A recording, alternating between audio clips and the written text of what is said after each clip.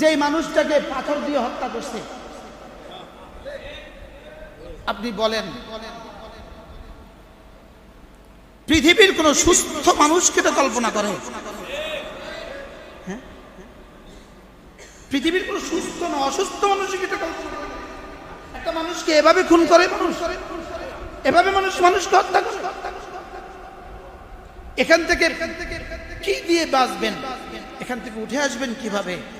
হয়তো এই তাহরিক আমরা তুলতে পারলাম না জীবনে, এই আন্দোলন হয়তো আমরা তুলতে পারলাম না, হয়তোবা আমরা এই দেশকে আর সুন্দর করতে পারলাম না, লেকিন আমি তো ব্যক্তিগতভাবে আমি তো আমার নিজেকে সাজাতে পারি। ওলামা একরাম বলেন, কি বলছি বলেন, আমি তো আমার নিজেকে কমপক্ষে সাজাতে পারি, বলেন কি বলেন? কালকে না এবার আমির মোহতারাম এক কথা বলছেন, আমি আর জীবনে এই কথা শুনি নাই। আরে আমি তো ভুলে গেছি এখন কথাটা। বলতেছে ধরা খেলে চাঁদা নিয়ে আসলে পুরস্কার, ধরা খেলে বহিষ্কার, ভাইরাল হলে গ্রেফতার। বুঝেন না? চাঁদা নিয়ে নেতারে দিতে, নেতাও খুশি, কর্মীও খুশি। বাস্তব বাস্তব।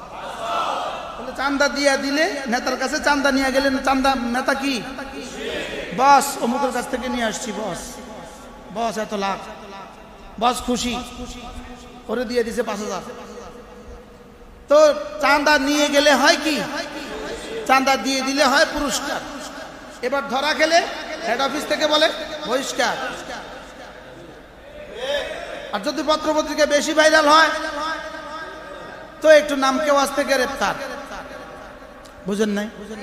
3 দিন পরে একটা